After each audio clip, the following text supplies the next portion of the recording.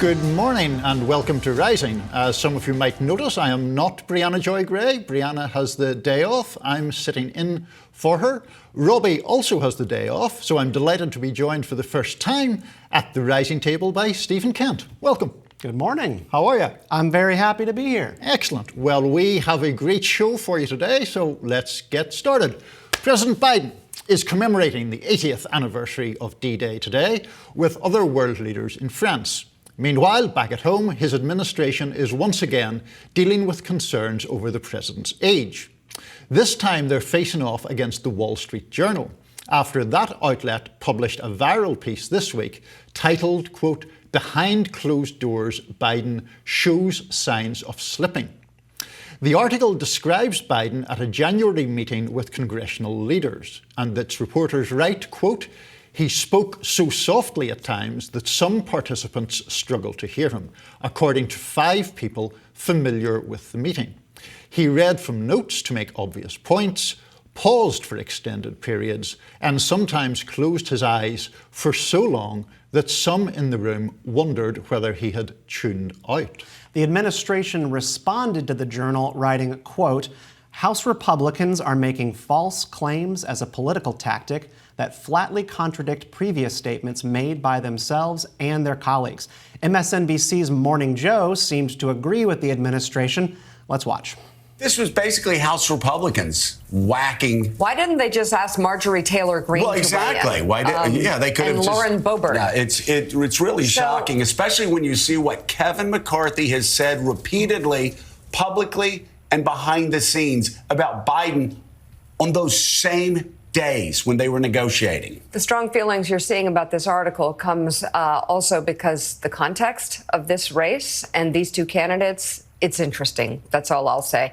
Anyhow, that flies in the face of what McCarthy said about Biden's effectiveness in the past. From Politico last year, quote, "McCarthy mocked Biden's age and mental acuity in public." In public, like he did in this article. While privately telling allies that he found the president sharp and substantive in their conversations. A contradiction that left a deep impression on the White House. The Journal wrote that the article was based on interviews with over 45 people, including Democrats, who participated in meetings with Biden. The Journal said while most who criticized Biden were Republicans, some Democrats said he showed his age in several exchanges.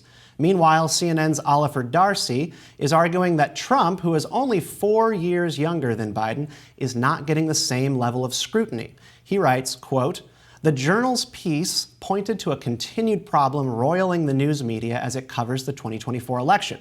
Trump is permitted to fall asleep in court and make nonsensical public statements on a routine basis without any serious questions raised about his mental acuity. Meanwhile, Biden is judged on an entirely different standard." The Journal has said they stand by their reporting. Niall, this is tough. So maybe we can start with the Morning Joe kind of viral clip defense of this. It is hard to take supporters of any president super seriously when they are rushing out there to defend the president. Fox and Friends was never going to say that Trump is a little bit zany and unhinged on camera. Why? Because they want him to call into their show every morning. Morning Joe is known to be President Biden's favorite show. Joe Scarborough has the ear of that president. They're never going to light their access to this White House on fire. And so they're going to rush to defend on something that we can all see with our eyes, which is that Joe Biden is really struggling at age 81, right? It's hitting him really hard. I don't feel like we should have to make lies, be gaslit, or pretend about this. Well, I mean, I think that there is a very valid point about cable news in particular and the degree to which it has increasingly served just as an outlet or an uncritical platform for particular points of view. And it's not only about defending certain people, often it's the unwillingness to even cover stories which may reflect negatively on a particular party. Now, this story, I think, is a complicated one. The Wall Street Journal I respect as a news outlet. I think it's very good. If they say 45 people spoke to them, I take them at their word in that. I do think as a reporter, it's like if I were discussing that story before publication and I was an editor or the reporter, and you say, okay, 45 people said this, who's on the record? And the answer's, well, Kevin McCarthy. I wouldn't be thrilled about that, because then you have only a very obvious ideological and political foe of the president as the sole person on the record saying this. And the fascinating thing about McCarthy's sort of about face on this is that the times when Kevin McCarthy was in public lambasting the president's acuity, his sharpness, his age, he was still Speaker of the House. This was before his ousting. But then when he was behind closed doors, he was saying good things about the president and his sharpness and his ability to be a negotiating partner. And I'm just sort of left to wonder why that changed. Why would he go behind closed doors? Either it's true and he's lying to the public and saying something to Republicans, or he's trying to keep Republicans in Congress in line. Sure. If you're trying to negotiate with the Biden White House and Kevin McCarthy is trying to keep his stable of Looney Tunes in the House under control, he doesn't need that extra layer of that Biden is not with us, because then there will be no negotiating with the House. Right. That's my read of it. Well, and also critics of Kevin McCarthy would say that's quite characteristic of Kevin McCarthy, right? One of the few things that united Democrats and Republicans during Kevin McCarthy's speakership was the idea that, frankly, he was duplicitous, that his word was something that he went back on, or that he amended his promises one way or another. I also just want to circle back, Stephen, to kind of where we began. I totally get why a big article in the Wall Street Journal, stirs all of this discussion, stirs you and I discussing it, stirs cable news discussing it.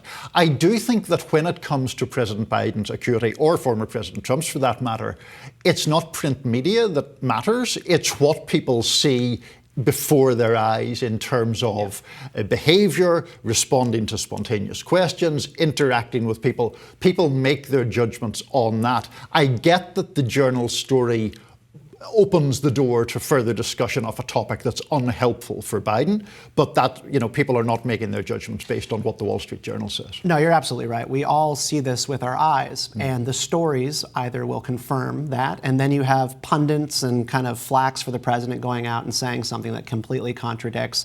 Videos as recently as today, as the president is in Normandy, and there's some viral videos going around of him standing next to Macron with Jill with a hand on him, and he's heaved over completely out of it for 10 or more seconds. You're wondering what on earth is going on, and we know the answer. He's 81.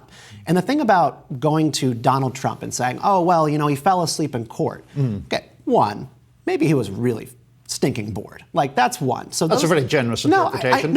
I think that it is. But we're talking about old men, and age hits everybody differently. We all know this. It's not fair that one 81-year-old is dealing with a good deal of dementia, or what looks like it, and a 79-year-old is not. I don't well, hold on a second. I don't think we should be diagnosing dementia from behind a desk. I mean, that's a medical decision. Yeah, there are popular perceptions. There are popular perceptions about the president's mental acuity or lack of it. Dementia's, obviously a disease that I don't think we should be diagnosing from here. I do think that Trump weirdly gets a pass because he always says such bizarre things. Yes. So therefore, him saying new bizarre things is seen as well, that's Trump being Trump. There was the time quite recently when he appeared to confuse Nancy Pelosi and Nikki Haley repeatedly in a speech. Had Biden done that, I think that would have been a bigger story than it was. And I do think there's an inequality there. The thing that was fascinating about that Trump confusion on Nikki Haley and Nancy Pelosi is he went on for minutes without correcting it. Right. He said it again and again and again. Right. But I want to go back again to the element of that. This story is very sad. I don't like taking pot shots at the president over his lack of acuity and sharpness in dealing with this job. This man has been going after the White House since the 1980s. I believe he ran first before I was even born in 1988. And he finally gets it. He gets into the White House, the Oval Office is finally won, and immediately you just see the decline. You can see it with your eyes. And it's not a fair thing, but it is a thing that we can all see. I'm not in favor necessarily of making medical diagnoses at the table here, but look, we all have family members, we have relatives who have gone through these things. So people know what this looks like. So doctors can go on television in the White House Doctors can go on and say that they don't need to give him any sort of evaluation on his mental sharpness. But we know what's happening here. And these men are both too old to serve. I think that one of the reasons the age thing is damaging for Biden is because of the familiarity that everyone has, or almost everyone has, with relatives aging. I mean, what I don't like, I guess, is political opponents, and I would say the same about political opponents of Trump, people making diagnoses with, and I'm not saying you're doing this, but diagnoses with a kind of glee that they are sticking a political opponent with a diagnosis of dementia or narcissistic disorder in Trump's case or whatever. That shouldn't be done. That is a separate issue from saying, of course, the President of the United States, whoever that is, has to be sharp, has to be capable of making very hard decisions, and that is one criteria among a whole range of valid criteria for the job. Yeah, I mean, the conversations that are had in the Wall Street Journal where you're talking about him sitting through meetings on Ukraine funding, House funding, emergency after emergency, you know, reading off of note cards to offer people's names, to remember his negotiating position that he's taking, it leaves people wondering who they're really negotiating with in this White House.